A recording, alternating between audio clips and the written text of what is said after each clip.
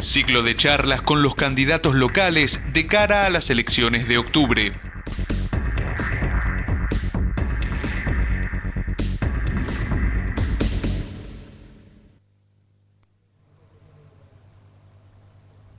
Buenas tardes. Estamos dando comienzo una vez más a este ciclo de charlas con los candidatos a concejal para las próximas elecciones generales de octubre. Y en esta oportunidad nos visita Carlos Arroyo, acompañado de Guillermo Saralegui en este caso. Y hacemos una pequeña presentación formal y ya arrancamos con las preguntas para ellos. Gracias, Fabricio. Bueno, nos acompaña el actual concejal Carlos Arroyo, que ha desarrollado su actividad profesional en el ámbito de la educación como profesor y director de la Escuela Media número 2. En la función pública fue director de Transporte y Tránsito y, como decíamos, desde el 2010 ocupa una banca en el Consejo de Deliberantes. Actualmente es el primer candidato a concejal por la lista de Agrupación Atlántica. Bienvenidos a los dos, muchas gracias por aceptar nuestra invitación. Y Carlos, la primera pregunta tiene que ver con un balance de las primarias.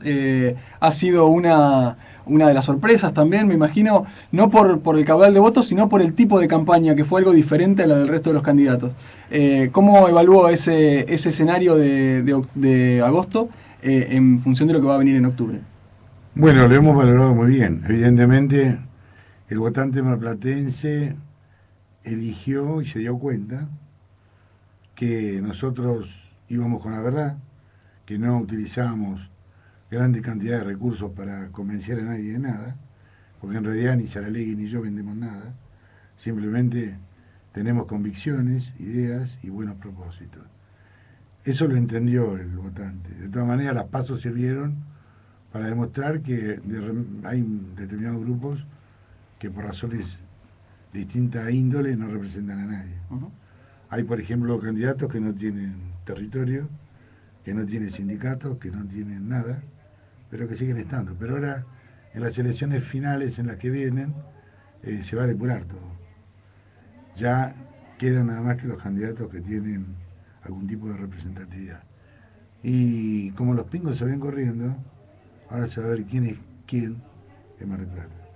Ese es mi punto de vista, ¿no? Hay por lo que nosotros leemos en la prensa en estos últimos días, pareciera haber algunos cambios en el escenario, sobre todo en los vínculos o relaciones entre candidatos que aparentemente estarían en veredas opuestas o en veredas distantes, digamos. Digo, por el caso de su reunión con Sergio Massa, sí, o sus elogios a Curuchet, ¿cómo definimos eso en función de lo que viene para las próximas elecciones? Es muy, muy simple. Tal vez les parezca un poco extraño, porque lamentablemente en nuestro país durante mucho tiempo no se ha ejercido la democracia, y cuando se ha ejercido a veces se ha tomado al adversario como si fuera un verdadero enemigo, y no es así. Nosotros pensamos en la Agrupación Atlántica que no somos ni los dueños de toda la verdad ni los mejores sabios del mundo, que hay otros que también piensan, que hay gente que tiene muy buenas ideas, aunque no sean exactamente iguales a las nuestras. Y por lo tanto hablamos con todo el mundo, porque lo único que nos preocupa a nosotros es el bienestar y la calidad de vida del habitante de General Pueyrredón. Entonces, como no tenemos aspiraciones en este momento, ni a senadurías, ni a diputaciones, ni a ninguna otra cosa que no sea la mejora del sistema de administración y de vida de General Pueyrredón, nosotros hablamos con todos los personajes de la política que eventualmente vayan a ocupar cargos en nación o en provincia, porque evidentemente vamos a necesitar tener relaciones con toda la clase política, aunque sean de otros partidos, para poder dar un desarrollo mejor a lo que es la ciudad de Mar del Plata. Esto es tan simple como eso.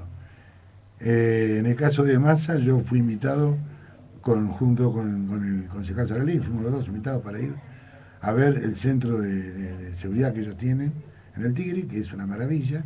Realmente llegamos un día lluvioso entre el barrio, y cuando llegamos ahí parecía que estábamos en la NASA, por la calidad y la tecnología de todos los elementos que tienen. Vimos la gran diferencia con Mar del Plata. Nosotros estamos atrasados años luz con respecto a ellos.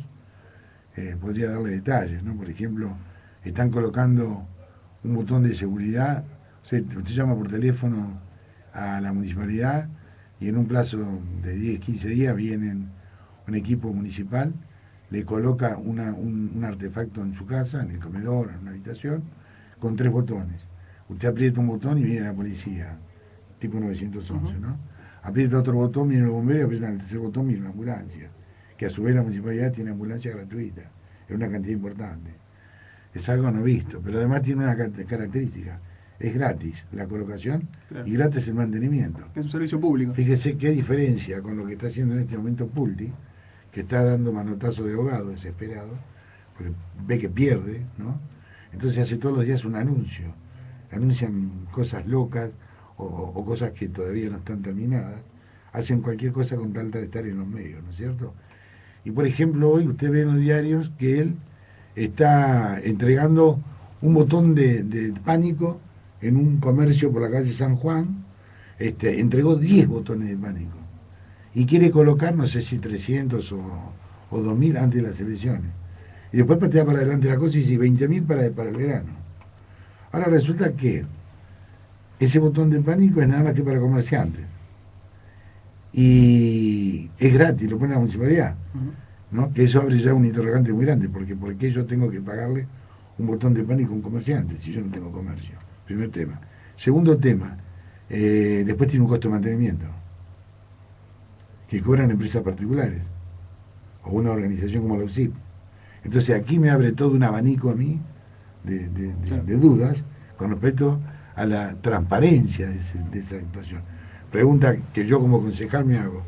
Si la idea era poner un botón de pánico, cosa que me parece muy bien, ¿por qué no abrir una licitación pública para que cualquier empresa se ofrezca y que el ciudadano que quiera lo pida? Y el que no quiera que no lo pida, pero que sea independiente del gobierno. ¿Por qué tenemos que intervenir nosotros, el municipio, en la colocación? No en y después un particular o una ONG cobrar el mantenimiento, que por ahora, según dice el diario, va a ser 25 pesos, pero que a mí no, mensuales, pero a mí no me asegura que dentro de 6 meses pase a 50, a 100, a 150. ¿Me explico? Sí, claro. Sí, Esto es lo mismo, la misma política errada, totalmente errada, que se siguió con los taxis. Con los taxis pasó lo mismo, con el famoso aparatito de localización. GPS. El GPS, sí. También. Los iba a poner a la municipalidad y entonces había que ir a una empresa, y la empresa era un solo individuo y no se garantizaba el mantenimiento. Bueno, en definitiva, ¿cómo terminó el tema? Que no se hizo nada. Entonces, los pocos taxis tienen GPS lo tienen porque hay una empresa que los aglutina, vio que son 2 o 3 empresas grandes, que ya les había puesto los GPS y, por supuesto, era voluntario, ¿no? El que quería lo ponía. Que por otra parte es lo que corresponde, porque si yo no tengo taxi, ¿por qué tengo que pagar con mis impuestos para que un tipo tenga un GPS? Para mí es inconcebible, ¿no? Continuando con el tema de la seguridad, Sí. Arroyo, ¿cuál es su opinión a un mes ya de la llegada de los refuerzos policiales de este operativo? Si usted ve algún resultado como concejal. Y en segundo lugar, si considera que la aspiración sería poder llegar a tener en la ciudad un centro similar al de Tigre. Mire, si usted mira el diario, lee las noticias policiales todos los días, va a ver que prácticamente siguen ocurriendo hechos a diario. Robos, asaltos, castigo a jubilados, a viejitos, en fin, pasa de todo, ¿no es cierto? Bien. Y acá quiero deslindar 2 o 3 cosas. Primero, la prefectura no está preparada para hacer investigación criminal. Esta es la teoría de la manta corta. Usted se tapa el cuello y se tapa los pies, se tapa los pies y se muere de frío. Bueno, esto es lo mismo. La prefectura tendría que estar cuidando en este momento los ríos y las costas de Argentina, no la población. Porque mientras que nosotros tenemos acá prefectos que estamos evitando, no sé, que alguien robe una cartera, los camiones con droga deben de estar entrando por todos lados como si no fuera nada. O los botes por los ríos, ¿no? ¿Sí? ¿Por qué? Porque no hay gente para cuidar que no vengan los contrabandistas de droga. Quiere decir que la política como política general es pésima. Por otro lado, la que está preparada realmente, mentalmente e intelectualmente para combatir el delito es la policía, la verdadera policía. En ese sentido yo le puedo asegurar que el jefe actual de policía es excelente y está haciendo un trabajo muy bueno. Más allá de lo que se podía llegar realmente a esperar, ¿no? Realmente es un policía de verdad. Pero el problema es que no tienen los elementos que necesitan, porque se necesitarían tener más vehículos, más policía, mejores elementos de comunicación y sobre todas las cosas más apoyo del Poder Judicial. Porque mientras que tengamos los jueces que tenemos, en donde si el tipo, el revólver lo tenía descargado, el revólver no era revólver, estamos mal. Si el individuo que es autor responsable de 7 violaciones y 2 presuntas, condenado a 40 años de prisión, después de cumplir 4 años, tiene que salir a ver a la mamita, porque ese cumpleaños de la mamá, estamos en el horno. Hablemos claro. El día que tengamos jueces que digan, señor, lo condenamos a 40 años, y usted cumple hasta el último día de los 40 años, ahí se acabó la pavada. Pero esto hay que resolverlo de una vez. Ahora, si tenemos un sistema, gracias a jueces como Cifaroni, miembro de la Corte Suprema, que pudrió la mente de digamos, camadas enteras de abogados, enseñándoles que el Código Penal era para proteger a los delincuentes, cuando en realidad el Código Penal es para proteger a la sociedad, esto no se termina de solucionar más. Aquí hay que cambiar también la interpretación que la justicia hace de las leyes y la forma de aplicarlas. El que comete un delito tiene que ir preso. Y si le corresponden 5 años son 5, y si son 10, 10, pero todos. Nada de que salís para ver a tu mamá, a tu novia, a la abuela y a la perra enferma. ¿Me explico? Es simple. Claro. En ese sentido, Carlos, ¿qué rol, es decir, qué contribución se puede hacer desde el rol de legislador de una ciudad o como jefe político de una intendencia? Es decir, porque es un tema que me imagino abarca política legislativa a nivel provincial, a nivel nacional. Es decir, ¿cuál es el pequeño espacio de poder que uno puede, en el que ustedes pueden contribuir a la mejora de la situación de la seguridad en la ciudad? Bueno, desde el punto de vista municipal se puede hacer una contribución enorme, cosa que aquí no se ha hecho.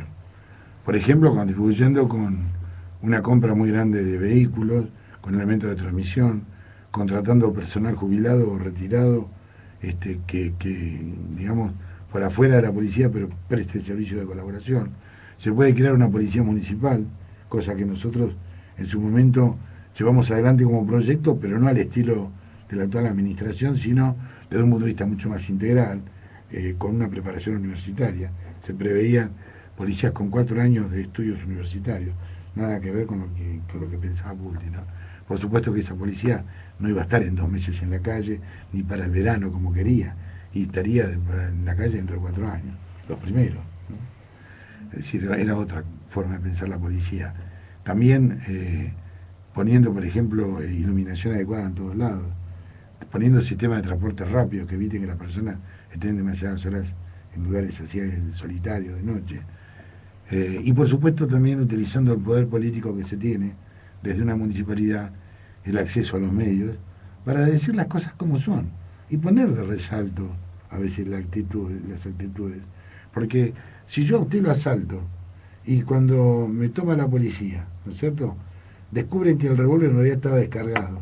Y entonces el juez me pone en libertad porque dice, no, el revólver descargado no es un revólver, no, porque el tipo no va a averiguar a ver, te va a decir apriete el gatillo a ver si está descargado, o no es así. Sí, sí, claro. Bueno, en fin, es toda una cantidad de temas que hay que tener en cuenta. Es decir, acá lo que tenemos que cambiar es la mentalidad de los fiscales y la mentalidad también de los jueces, sobre todo algunos jueces de garantía, ¿no?, que dan muchas libertades y a veces cuando uno mira las estadísticas descubre que de todos los delitos que se cometen el 80% son, los autores son gente con antecedentes, gente que son autores de robo, que tienen muchos procesos reincidentes y están en libertad. Entonces, alguien tiene que dar respuesta por eso. Yo propondría, por ejemplo, un sistema en donde cuando un reincidente comete un delito, el tipo que lo puso en libertad tenga que responder. Pero tenga que responder en serio, se le haga una especie de juicio, una investigación a ver cómo fue que lo puso en libertad. Y si lo puso mal en libertad, o si no tomó los recaudos necesarios, que se lo saque, se lo corre inmediatamente del cargo. Acá hay que tomar medidas, esto no puede seguir así. Es decir, el funcionario que firma tiene que hacerse responsable de lo que firma, ese es mi punto de vista. Uno de los puntos que se destacó en su campaña, al menos de camino a las primarias, fue también resaltar la cuestión económica y la situación de déficit en la comuna, a diferencia de otras fuerzas políticas que tal vez no lo tomaban como uno de los ejes. Tal vez por el segundo candidato a concejal, José Cano, que tiene experiencia al haber sido titular de Economía. ¿Cuál es su opinión respecto a esto? Ahí hay una explicación. Primero voy a dar la explicación de por qué otras fuerzas políticas no lo tomaron. Sencillamente porque no lo saben. Porque hay 2 temas. Primero, para poder dar un dictamen económico hay que saber economía, ¿no es cierto? Cano es Control Público Nacional. Yo enseñé economía 40 años. Quiere decir que los dos estamos en condiciones de analizar el tema económico desde el punto de vista municipal. En segundo lugar, también es parte del problema que la municipalidad no da informes. O sea, usted pide, por ejemplo, por nota, que le den el presupuesto ejecutado, y un mes después lo está pidiendo, lo está reiterando, y pide otra vez, y nadie le informa. Entonces, en definitiva, si usted no le dice qué es lo que se pagó, qué es lo que no se pagó, qué es lo que ingresó, lo que no ingresó, o en realidad lo que se ejecutó del presupuesto proyectado, nunca puede llegar a saber con exactitud cómo está la situación.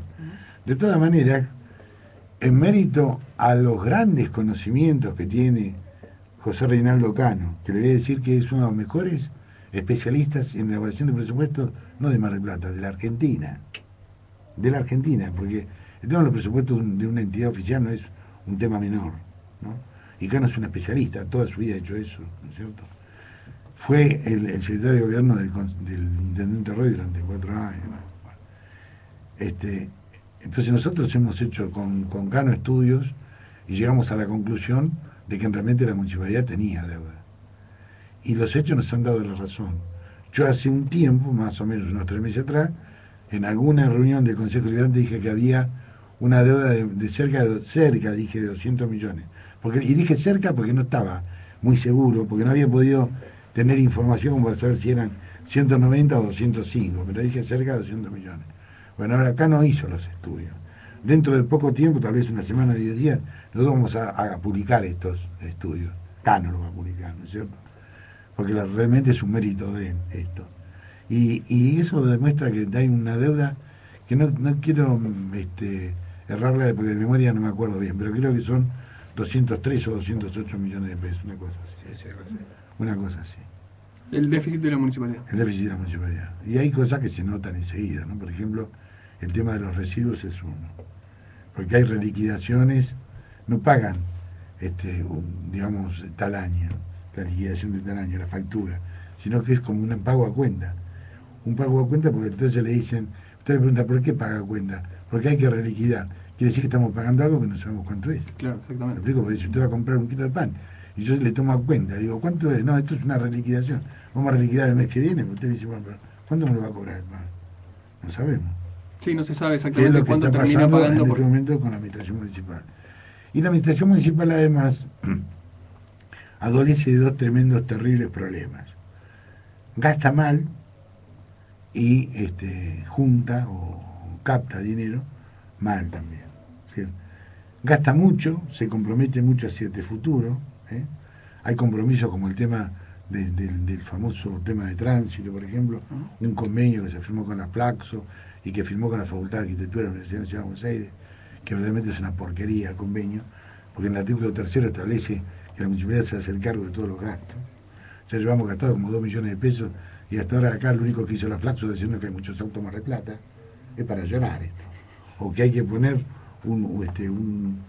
hay que hacer un recorrido especial para los colectivos, cosa que yo hace 25 años puse sin gastar un peso. Porque poner tachas reflectivas en el asfalto y decir, por acá pasan nada más que los colectivos y los taxis, no es tan difícil. No necesitamos hacer un estudio científico para eso, ¿cierto? Bueno, se gasta dinero en cosas como esas. El estacionamiento medido, como lo implementó este gobierno, es un desastre. Es otra barbaridad de todo punto de vista. Y yo fui uno de los que puso el estacionamiento medido, y le puedo decir que este sistema no sirve. No sirve porque no es claro. El tipo tiene que llegar con un teléfono, con el teléfono tiene que empezar a dedicar el número cuando está manejando, entonces ya hasta existe un riesgo de choque, ¿no es cierto?, de problema. Llega al lugar y resulta que no está demarcado el lugar, no tiene una cama donde colocar su vehículo, con lo cual lo pueden apretar para adelante, para atrás, correr un parapol, el otro. No era como cuando lo hice yo, que cada auto tenía su lugar demarcado en la vía pública.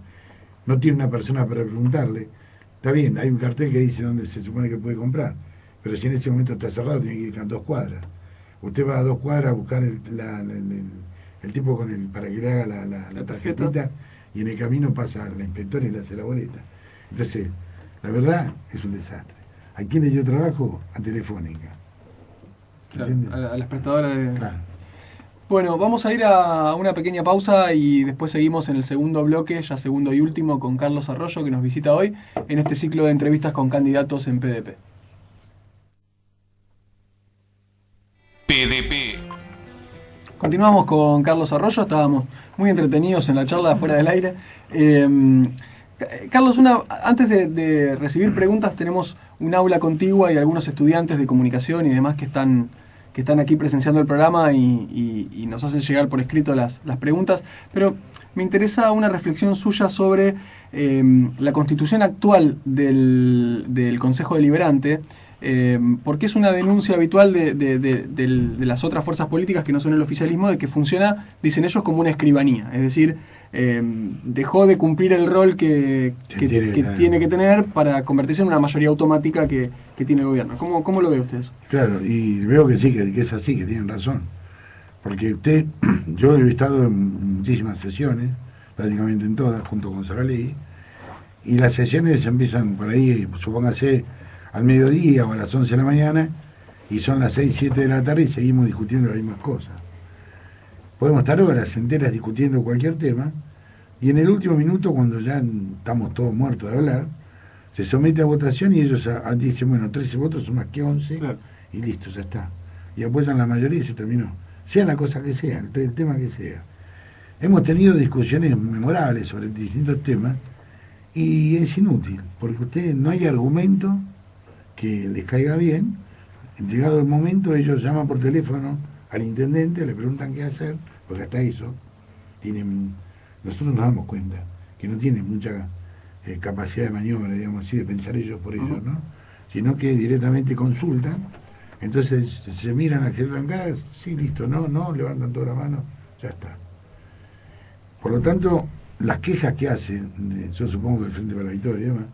O sea, las quejas que han hecho o que hace la oposición, son fundadas, porque nosotros consideramos que más allá de los números de composición, se pretende que en los temas más importantes se proceda con consenso, que haya un acuerdo. Sí, claro. ¿No es cierto? Un acuerdo mínimo. Ahora, por ejemplo, con el tema de la elección del defensor del pueblo, pasó eso. Como no programan los 2/3 para designar el defensor del pueblo, porque no nos poníamos de acuerdo, ¿no es cierto? Que no se ponían de acuerdo por capricho del intendente. Porque realmente, claro, ellos no se ponían de acuerdo. Si ellos se hubieran puesto de acuerdo, nosotros no éramos un problema, porque 2 era insignificante sobre 24. ¿Me explico? Sí, claro. El problema eran ellos eran el problema, ¿no es cierto? Más que nosotros, a su vez, con Saralegui solamente sabemos que había uno de los 3 candidatos que no íbamos a votar. Y de los otros 2 en un poco nos era medio indiferente. Bueno. Con lo cual cualquier negociación hubiera sido posible. Pero ellos estaban emperrados en no hacerlo así.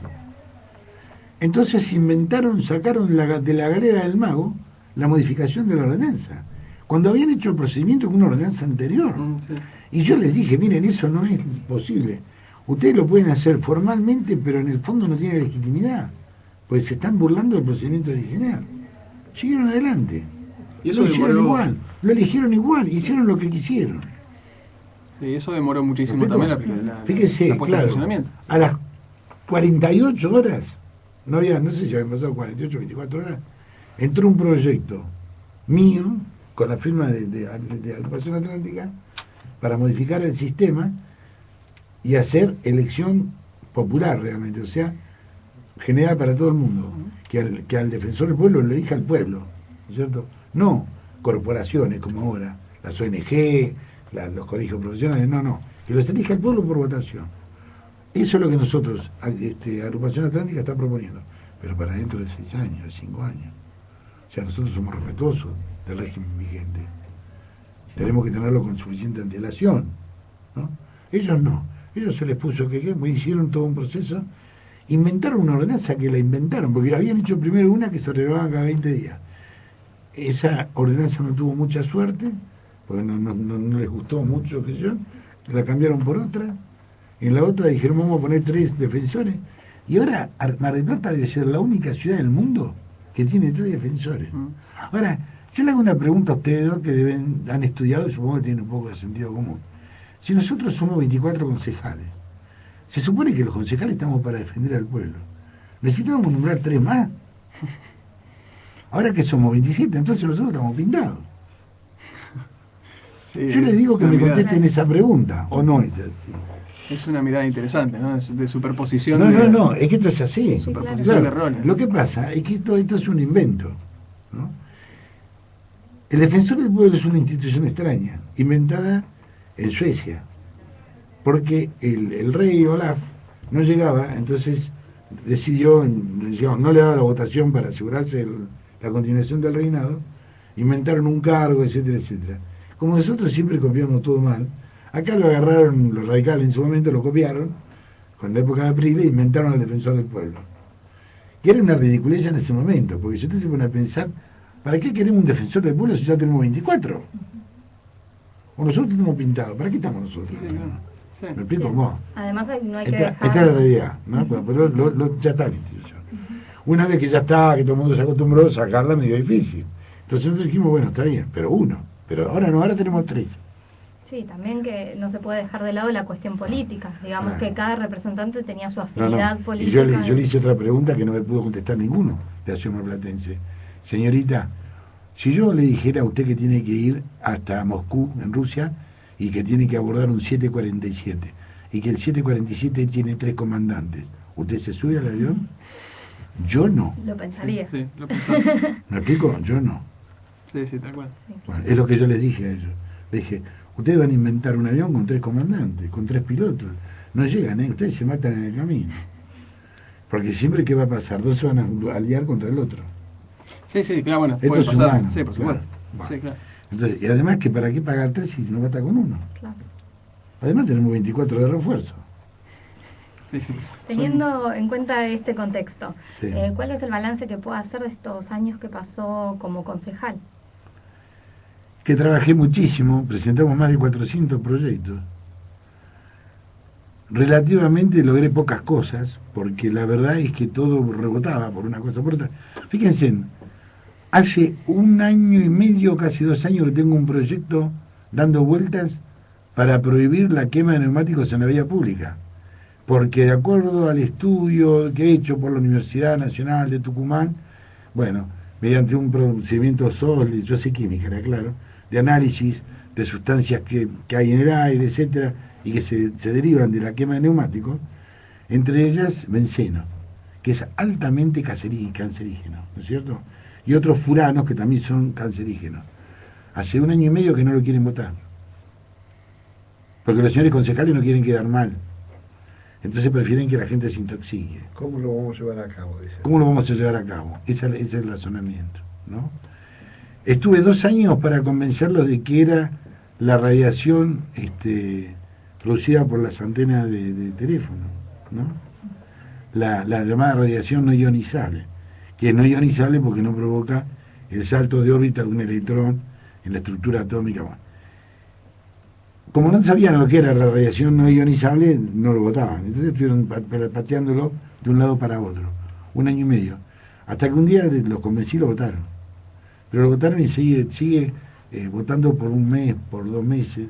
Hay que ir prorrogándolo hasta que en algún momento alguien se va a olvidar y no lo van a votar más. Claro. Entonces a partir de ese momento vamos a seguir todos con la contaminación vía alegre, ¿no? Ujú. Y como eso hay otra pila de cosas, por ejemplo, se le miente a la población con el tema de la planta de efluentes. A usted le van a decir, tenemos la planta de efluentes, está todo solucionado, somos Gardel con los 5 guitarristas, no hay ningún país en el mundo. Son un grupo mentiroso. ¿Por qué? Porque el día que la planta esté funcionando toda, con el caño de los 4,5 kilómetros, con la planta en tierra y todo, habremos solucionado el 50% del problema, que es la materia fecal que va al mar. El otro 50%, ¿sabe cuál es? El agua pluvial. Cuando llueve, todo va a parar a las bocas de tormenta. De las bocas de tormenta va a 4 o 5 playitas que están por acá nomás, ¿eh? Ujú. Para Perla, para Constitución, etcétera. ¿Sabe todas las cosas que llegan al mar y caen directamente a la playa? ¿Y qué hemos hecho para terminar con esa contaminación? Yo le contesto, nada, absolutamente nada. Sí, no está en la agenda, digamos. No está en la agenda, ni siquiera han hablado del tema. No, no. ¿Me comprende? Entonces, si yo le digo, vamos a habilitar esto y con esto vamos a terminar con la contaminación, estoy mintiendo. Estoy mintiendo. Esta es la realidad. Tenemos preguntas de los chicos que están aquí en el aula de al lado. Me dicen que una pregunta, Una así pregunta. que elegí la mejor, Agustín. Bien, y a modo de cierre, los chicos se preguntaban, teniendo en cuenta los resultados de las elecciones primarias, si usted asume como concejal, ¿cuál sería el primer proyecto o iniciativa que llevaría adelante? Vamos a presentar, lo más probable es el proyecto para la construcción de un hospital con internación. Porque Mar del Plata necesita un hospital con camas, cosa que no hay. El SEMA que han hecho es muy lindo, pero medicina por imágenes, pero no resuelve el problema de la gente que tiene que hacer una operación, una intervención, digamos, de complejidad intermedia, como una apendicitis, una hernia, ¿no es cierto?, una cosa así. Entonces, que fuera municipal. Fíjese que Balcarce, hace como 50 años que tiene un hospital. Nosotros no tenemos ninguno. Así que somos líderes. Está en el terreno de su contrincante, el doctor Ferro, digamos. Sí, claro. Bueno, no importa, no, pero el contrincante hasta cierto punto, ¿no? No, sí, en términos coyunturales, políticos. Sí, no. Ferro es un hombre muy inteligente. Es muy capaz. Lamentablemente no tiene un intendente de acuerdo. Puede ser que si yo soy intendente, Ferro funciona un poquito mejor. Sí. Carlos, Guillermo, muchas gracias por haber venido. Lo mejor para las elecciones y mucha suerte en estos próximos mandatos, en el próximo mandato, en el caso de asumir nuevamente la banca. Agradecemos a Rodrigo, a Camila que nos hayan seguido nuevamente el espacio aquí en PDP y nos vemos el miércoles que viene con un nuevo candidato en este ciclo de charlas antes de las elecciones generales de octubre.